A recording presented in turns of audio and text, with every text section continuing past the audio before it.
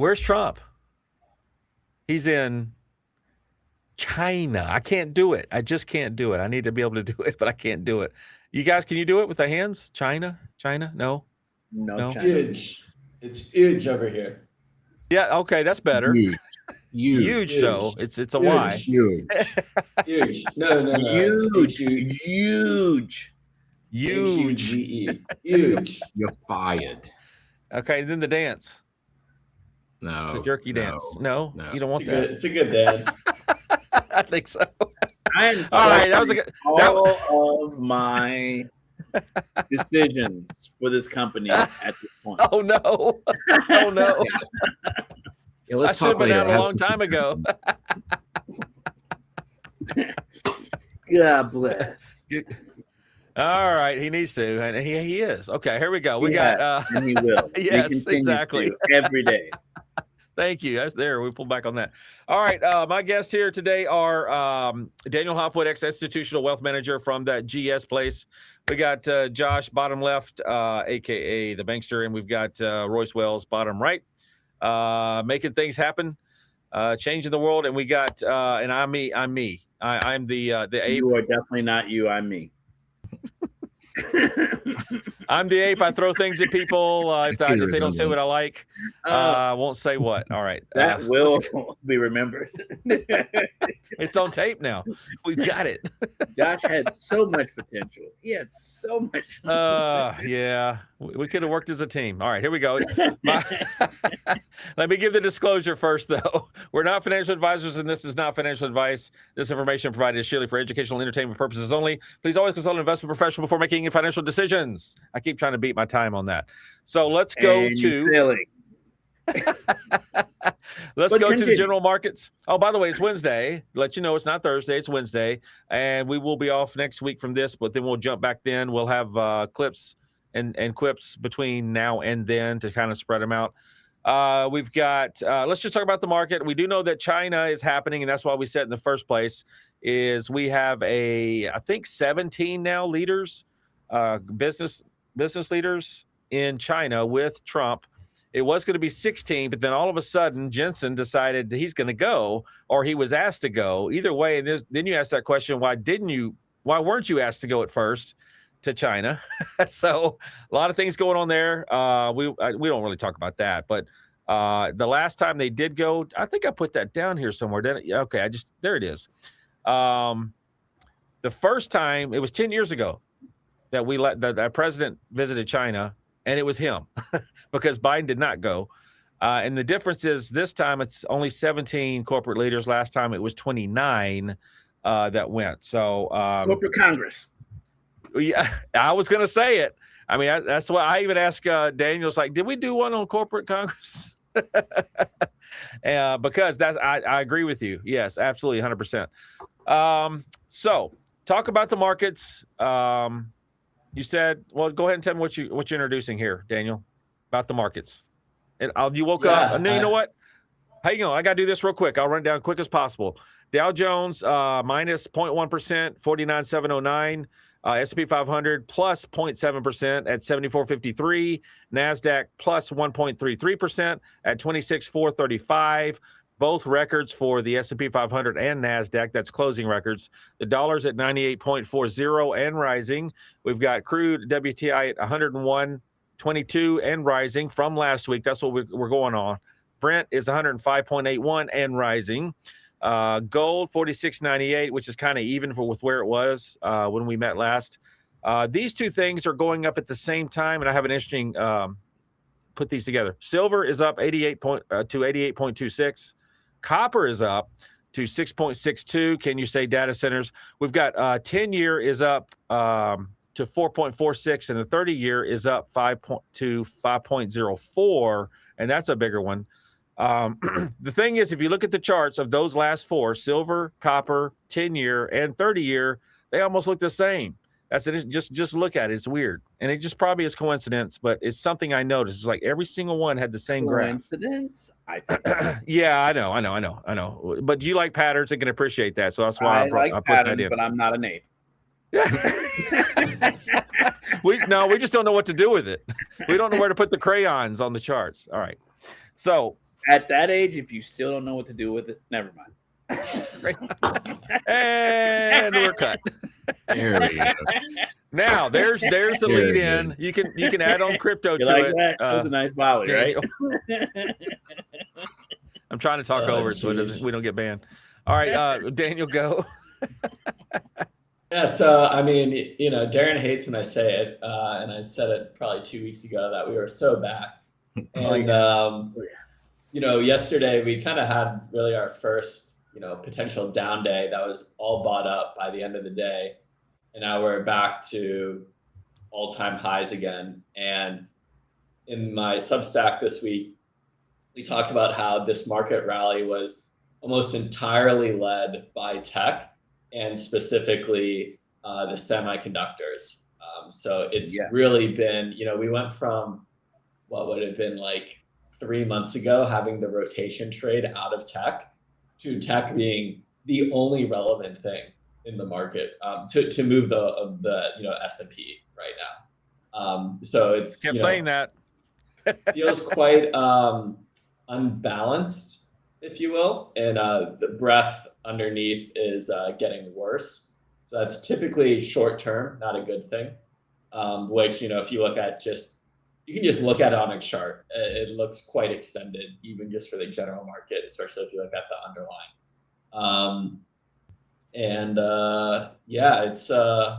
It's been great for my portfolio, so I have no complaints. But did you take profit? That's the question.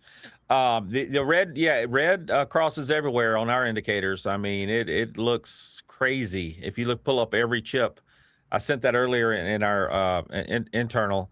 But yeah, just a picture of, I don't know if it was AMD or whatever it was, but it's like every single one looks the same way. Red cross is like hundreds of them. Hey, it's only a death cross if you die. Did you die? Right. You didn't say anything about two things, Daniel, and I am going to push this a little quicker than usual because business is happening. Daniel, you didn't say anything about your favorite Bitcoin Applehead, which you haven't said. Apple's no big deal, but Bitcoin. You didn't say anything about crypto. So what's going on there?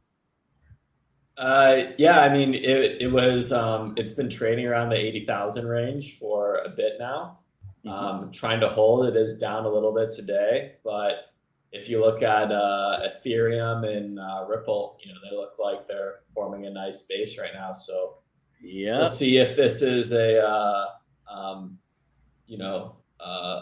bear pull-in rally, or if this is really the next leg up in crypto. BlackRock announced another Ethereum ETF today, or something like that. They're doing another program on top of what they already have today, and it was for tokenizing, which we've talked about it, Royce. I'm listening. Able to tokenize companies. I mean, I'll have to pull up the verbiage, but it's in that vein, though. I can tell you from what they said. Yeah. So when is clarity being passed? Oh, it's not. That's the other talk is clarity. Yes, and people are really starting to analyze that sucker. Daniel, you didn't say anything about XRP, but you did say it's about ready to rip, in your opinion. Ripple. Right. The price formation looks nice and basey. Gotcha. Basey. Have we accumulated enough down here at the 130 to 35? We keep going there. I don't know what it is today. I have no idea what it is today, but I know. It's been a little busy. $1,000 per coin. 141. Okay. What'd you say? Nothing. Oh, okay. Call me when we hit that number. Oh, believe me, you'll know. That's right. You'll know. I won't say anything, but there will be we will signs. Retire, all of us. It is over. Yep. I'll have a nice little nest egg. Yep. What about April, Daniel? It's going to be huge. It's happened already. When April returns are over 5%, and we did, the market did 9.9% in April, obviously because we came from those lows. It's typically a very good up here for the whole market. So while things do look maybe a little top heavy right now, I love my historical data. Yeah, that's how we win. And the year well. Yeah, the top is heavy, which we've been saying. And we're back to that really, really fat looking tick at the very top. It's like, is this going to bust or what's going on? So, I mean, with that in mind, though, possible what is going to make this fall is the last two inflation reports that we got. And the GDP was also reported. We had the CPI and the PPI, right? Is that the last two? And both of them were looking pretty hot, as they say, meaning that kind of dangerous sounding. But I mean, they're going to say whatever they want to say. Tell us what you're going to say about that, Daniel, and then I want to hear Josh what he has to say about it, and Royce. Yeah. So the overview of kind of like the economic data is that GDP grew 2% in Q1, but fell short of the estimates by 0.2%. A lot of this was attributed to rising energy prices. So CPI rose 3.8% year over year, which is the highest we've seen in 3 years. And then a large attributor to that was gas was up 28.4% and airline fares are up 20.7%. Now, the interesting part of this is that when Disney and Uber had earnings this week, they said the consumer is still spending and they don't see any sign of slowing down. Now, McDonald's did say they had some signs of the consumer slowing down, but they also were attributing a slowdown in their business to Ozempic. So who knows, maybe that's picked up with all of that picking up. Okay. It's okay. Hey, you guys can go back. There was a point in where retail companies like Walmart had like missed earnings or something, and they attributed to people being on Ozempic and buying less snacks. I remember that BS. I mean that comment. Yes, I remember that. So I when McDonald's says that, I kind of discount their take because I don't think Ozempic affects Disney and Uber as much. Now because of all that, the market was originally pricing in 2 rate cuts this year. Now they're only pricing in. Okay. And there's a lot of comments about 0, but we can we'll hit that later. Josh, what is going on? Anything you want to see differently? Well, it's not really seeing it differently. It's just I mean, I would like for these people to see more of a reality, like being slightly in touch with the bottom half of the K economy. Yep.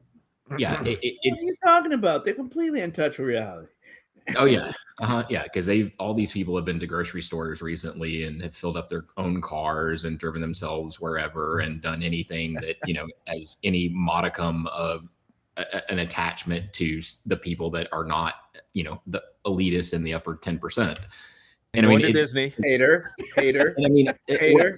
Well, I mean, what bothers me is like they keep saying the same thing that we don't see a slowdown in consumer spending, but what they're really saying is it has not hit our bottom line, and the reason that it is because like they have been able to, like, the people that can't afford are not spending like that. You can go out and talk to like actually get out, touch grass, talk to people, and everybody is saying the same thing. Even the people who have money are saying the same thing, that things are getting to the point where it does not make sense. I mean, even to the point, like, let's say to Disney's credit, like, yes, they're not seeing a slowdown in spending, but the difference is the same people who, the upper middle class, I don't even know if that exists anymore, but the upper middle class, instead of spending, $10,000 on a European vacation for the family, they're now doing that at,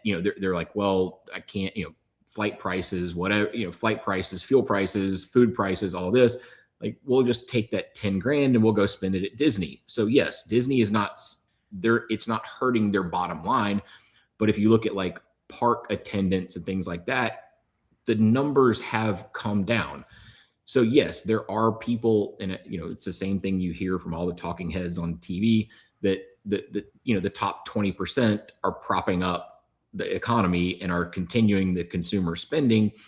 But to say that the consumer, like that's what irritates me so much, is that they keep saying that the consumer is resilient and that the people are, continuing to spend. They're really not. I mean, I think you mentioned Uber as well, and Uber is a convenient situation. So yeah, the people are paying to, they're going to go continue to pay to get back and forth between their house and the airport rather than paying for parking or something like that, or going out drinking with the boys at the bar, and then they're going to come back, grab an Uber to go home. But in reality, people are not spending $30 to go 7 miles in an Uber, and because they just can't afford that stuff anymore. And so it really it does bother me that they keep saying this corporate speak of the consumer is resilient and the economy is not slowing down. Well, it's really just that upper half of the K that's propping everything up when everybody else at the bottom is really, really getting squeezed out. Yeah, the upper end is not only not feeling it, but thriving because of the increased margins and then the margins that these companies are reporting. And so the CEOs get paid. I mean, it's rolling up, so to speak, instead of down.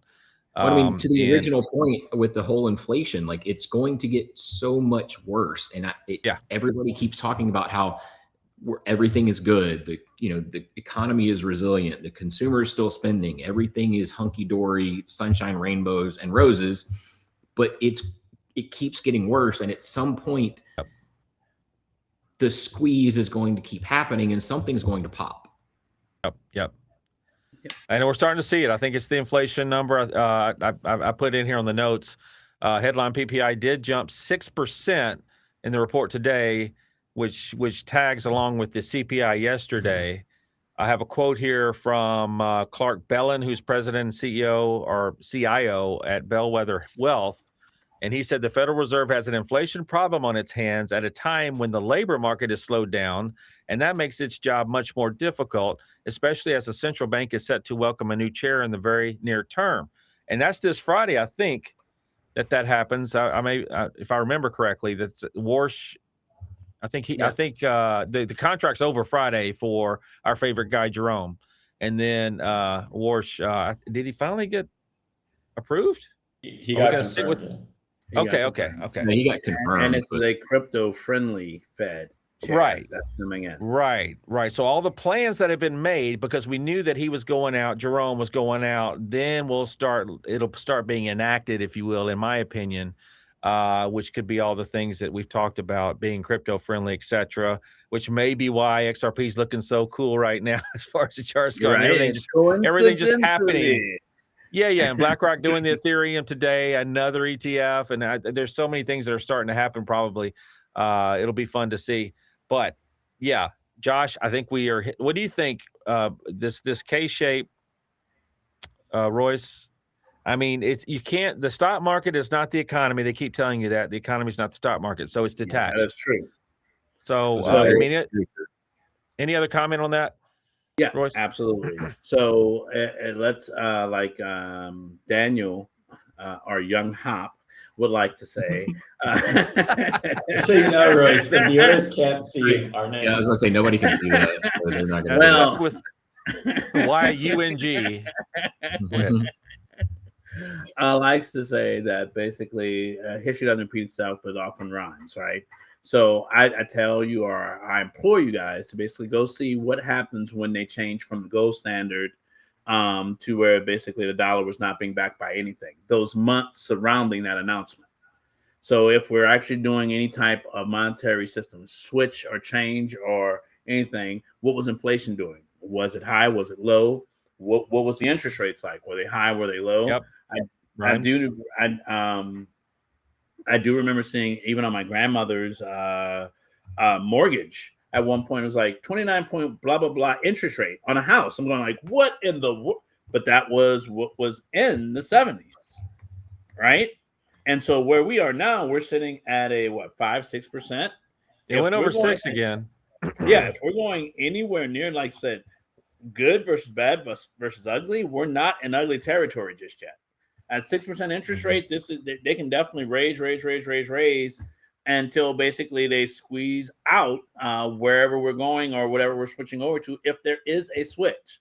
which is another reason why gold and silver is so exceptionally high. I also read something about a new cryptocurrency that BRICS is supposedly backing starting May 15th called UNIT, UNIT, as a reserve currency in the cryptocurrency market that basically is going to try to go head to head with the dollar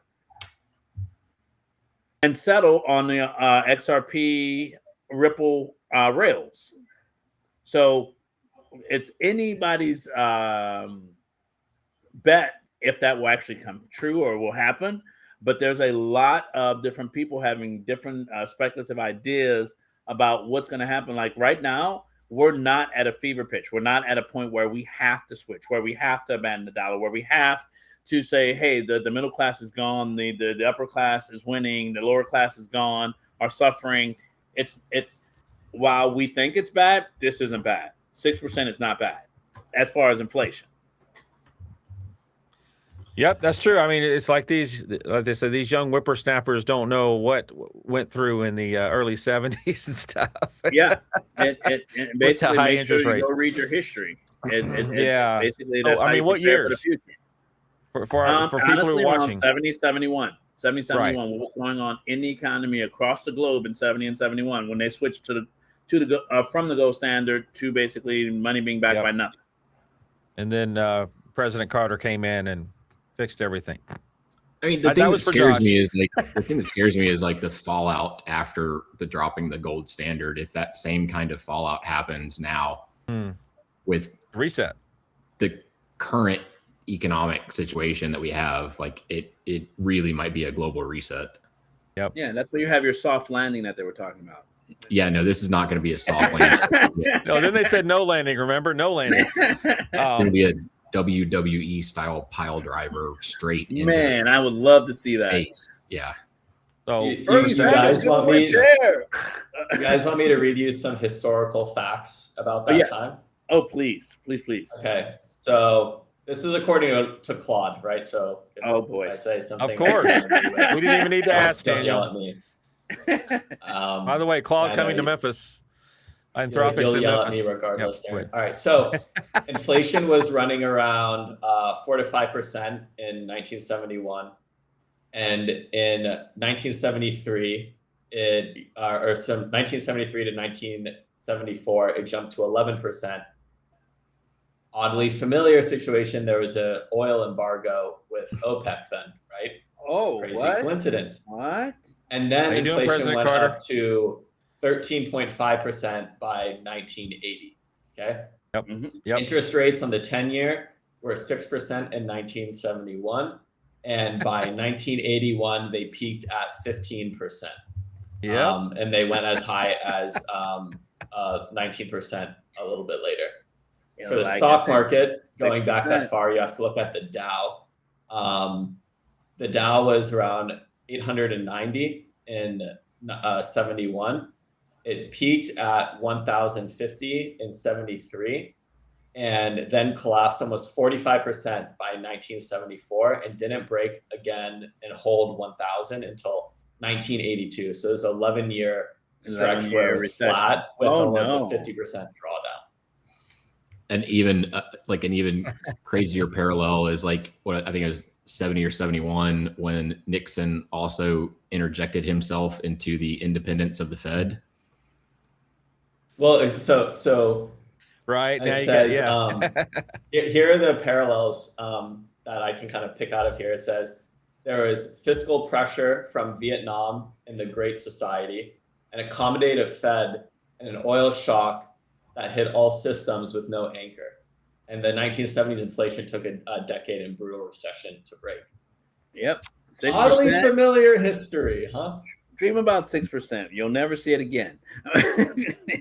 The algorithm is real, and what's funny is that it's like music, right? I mean, it's hard to create an original song anymore. You just go off of past songs and different patterns and stuff, and that's kind of what we're doing, just in a different way.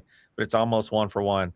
I don't think we can hit the next two. We got to get prepared for Royce here. because chips, I mean, that's what's causing the big run up. We'll just That's say okay. that. I will drop off. You guys can carry the torch. No. But we need you to do the channel thing. But and then Jane Street, as much as I want to talk about I them, showed you like how to do that. Yeah, for 3 hours, I'd like to talk about Jane Street, but I won't. And you bow out. You bow out. I'll do the channels. Yes, that's what I'm talking about. That's what I'm talking about. I have another picture now. Josh is Royce. going to change the game. It definitely will not be rigged. Actually, that makes sense though that you would. I mean, it's our team. Totally fair. Totally fair. Okay. That's all okay, right. So, Darin, I know you won, right? You won the last week. Yeah, that's what I picked too. Yep. Yes. Yep. Daniel, make sure that you absolutely dominate this board. I try. I'm leaving it in your capable hands, young man. Not gonna happen. He might, because he's the one studied these two stocks. I mean, All right. But he won't get to go first or second. All right. So NNE, that's what you want first. Mm-hmm. All right. NNE, let me move over. Hang on. Boom. We're there. Nano nuclear energy. People want nuclear now. They're after the bell. There are 35 cents up, 1.29%. We do see that basically the sell trend is weakening. Hence those parabolic SAR lines going green. The first line of defense that has to get over, as you can see right there, the dots underneath, which means there is some support underneath it, and it's already broken past the line. So the dots have crashed into the line. We just need to see the compass line get over this light blue line, and that's roughly at about $28 or so. If it does, there's a possibility it can get all the way up to about $51. That's a 100% return. But the question is, how quick? I'm using the intermediate chart, so that's almost a 6-month run. So if that were the case, if everything is showing like it should be, there's a chance we can make it to $51. But from where we are currently and what the current ranges are, looks like it's about a range from about $16 all the way to about $31. So I'm going to say $17 to $31. Yep. You know what my channels were going to be? 17 to 30. There you go. Nice. So we got a $14. There we go. $14. Do you want to do the other one now so you can exit out? Yeah, let's look at the other one. Affirm. One last. Then we'll come back and do the channels. Yeah, it's AFRM. You got it. All right. It too looks like it's going to a buy channel, and it's more conservative. So Affirm looks healthier than NNE. Notice the dots are already green. They're not red anymore. We got a buy signal, so we're already above that blue line, and basically its channel could potentially get up to 94. While this guy has a healthier chart, it will not move as far. It should make about a 50% return versus NNE, which could potentially make a 100% return over the next 6 months, to be perfectly clear on that message. But always talk to a financial advisor if you're going to try to play this. What were your ranges, Josh? I will not give you any ranges. I said so Josh. My ranges. Oh, yeah. You want him to give the range? Go for it, Josh. No, I thought you just said you weren't going to. Okay. Be like in the 30 to 80 range. 30 to 80. Yeah. Wow. That's a really interesting range. 60 to 80. I would have probably gone about 61. Yeah. As the bottom, because we got 5 time frames basically sitting on $61 as the bottom. Your bottom is $2 under the current stock price. Mm-hmm. If you're looking on the daily time frame with our dashboard, it's saying at the bottom on all these time frames. Let me make sure that where's the dashboard? I don't mean like right this second. I just mean that's the 6 months range. That's 6 month range and automation. All right. There was that one projection I saw, Josh, was $27 over there. The Z Pro below it. Yeah. Bottom. So so for where we are, yeah, so about 61, 62, and notice now the trends are showing what time frames, 1 minute all the way to the 4 hour. several of them are landing right at about $61. So I would say at the bottom is about 61 and the top is about 71. If you want to ask me, there are outliers on the 5-minute chart where it basically has been recently more volatile, but it hasn't spread to the other time frames just yet. Okay. Well, you guys enjoy. We thank you for that. Before I pick bidding adieu. Daniel, you get to pick mine for me, so to make sure we're somewhere near each other. All right. I'll try. We go last, so for Pick sure. their blocks. Sure. All right. Right. I appreciate you guys. Talk to you soon. We'll see you. Hey, Royce. Let's see if I can get this in here. Boom and boom. Nope. All right. We may. Anyway, why don't you guys start talking about ranges there with Daniel? I don't know.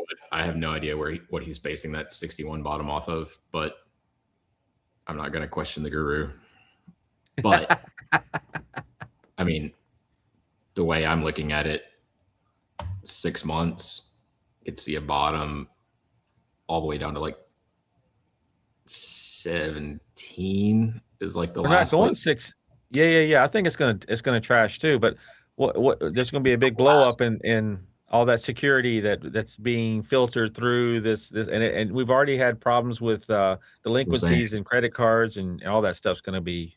And I'm pretty sure they're also backed flushed. I'm pretty sure fundamentally they're also backed by like some alternative assets. So yeah, it's been a big But I mean, we're not going 6 months. We're going. This is what I know, and that's why I am confused by the ranges. But I very, very much could see a like 45 and under. All right, so we got to make a decision though. Play the game. What are we going to call? He said 17 to 31 for NNE and 61 to 71 for Affirm. Pretty much. I agree with his first channels. Okay. So $14, which is what, $1? Oh God, I don't know. I'll get a calculator. Divided by 4. 14. I don't usually do that. That would be $3. 14 divided by 4. I mean, that's 3. 375. What is it? Nope. Well, I mean, but again, are we doing like the 30? You're talking about that's the within range? Yeah. If we do that, like 17 and below, and then 31 and above. Hang on, let me go back. Which leaves us $7 each in the middle. Is that what? If we're gonna do that, let's do. That's what skews it to one end. I mean, the 30 to 30 to 15 is really the extreme range. So I'd put it at like 28 and up. So 17 and down and 28 and up at the ends? No, I wouldn't even go that far with 17 because that's way out of probability. I do like 19 and below and then 28 and up. All right, so that leaves 9, which means 450 in the middle. Yeah. So that's 2350 and 27. No, hold on. Just based on current probabilities. 450 and then 2350 to 28. Okay. Yeah. All right. Do you want to just pick it and then we'll do the Affirm? So I'm gonna choose that you go first because I'm strategizing. This one's actually a little bit weirder because it doesn't have a ton of data. It's only been out for 2 years. So you don't have as much historical data as you'd like to have. But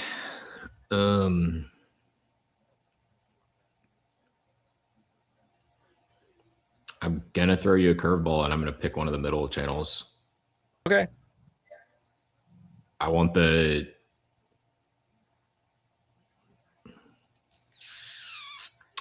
I'd say it's a good chance I'm going to go above whatever you pick. We're talking across the board.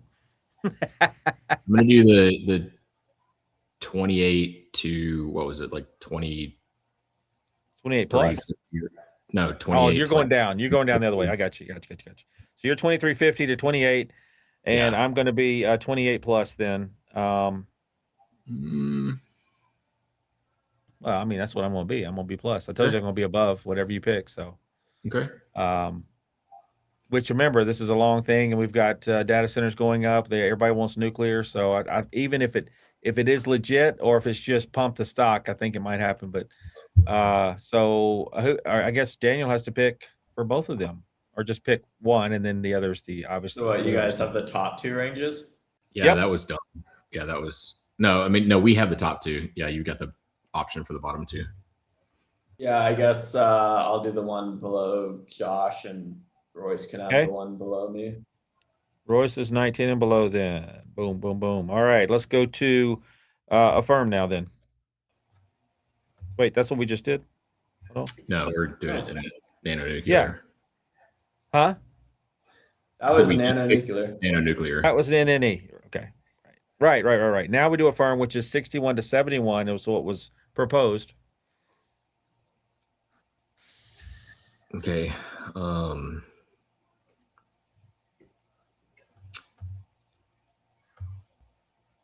I got to figure out where he's getting that number, but I think just the dashboard, wasn't it? I mean, like an average between low and high for the most part.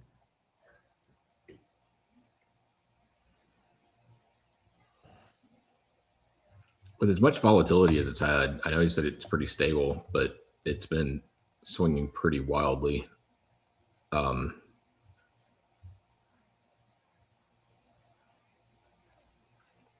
It's also another one that has pretty limited amount of data. Let's go.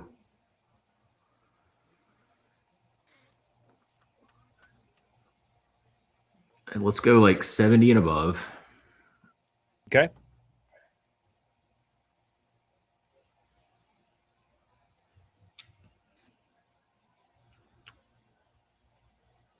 And if he's saying, I still think, okay, let's do 70 and above, 50 and below, and then we'll split it 10. Okay, so 10s. Okay. Cool. Darin, you pick first. Below, then that's 50 to 60, 60 to 70, and then 70 plus. Boy, how many weeks we have left? I'm trying to time the Black Swan event. We've got at least. We're not going to September, though. We're not going to September, so that's not going to happen yet. 2 or 3 weeks from when we get that little bit of correction. So it's probably going to stay in this little channel, playing in this little channel here. Maybe end of May, 1st of June. All right, what's the price right now for it? 63.53. 63.53. Okay. I'm going to stay in that channel. I'm going to stay in that exact channel, 60 to 70 then.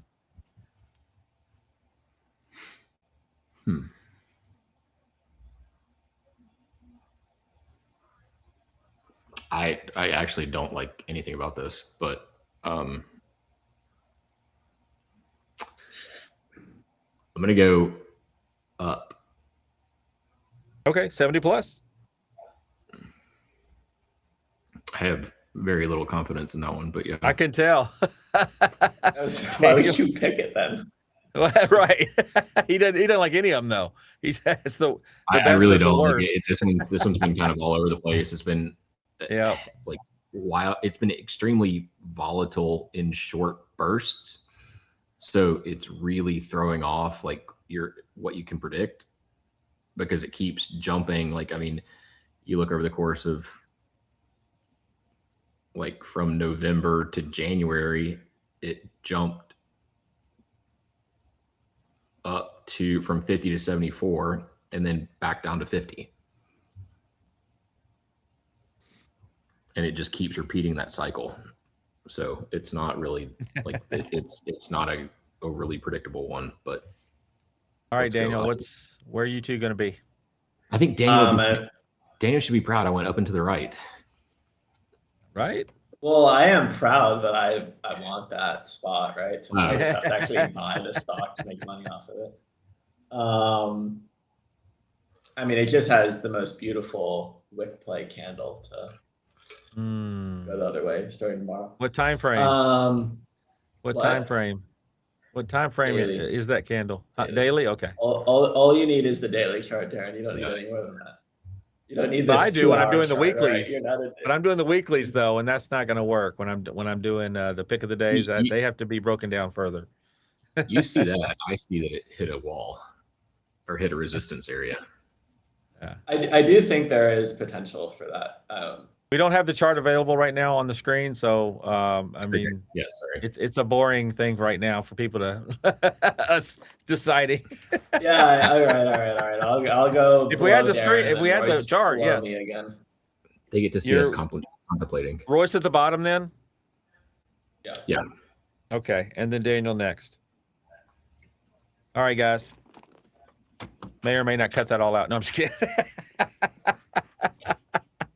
Either way, we got our two. Even if we had a chart, it probably wouldn't be very exciting to hear us talk. And about. No, if you're explaining candles, etc., no, it would be educational if it was if it was done that way for sure. Well, yeah. Remind me next time. I'll get a little bit more technical. I'll use.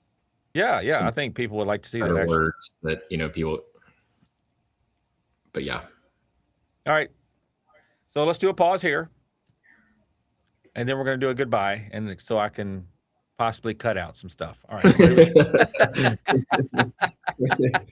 All right. Coming out of the laugh, we'll say, all right, everybody, we will see you in a couple of weeks. A lot of things going to happen, not only here at Arbitrage, but elsewhere. Probably the results of China is going to happen the next 2 weeks. So we'll see. That's all I got. See ya. Say bye. Bye.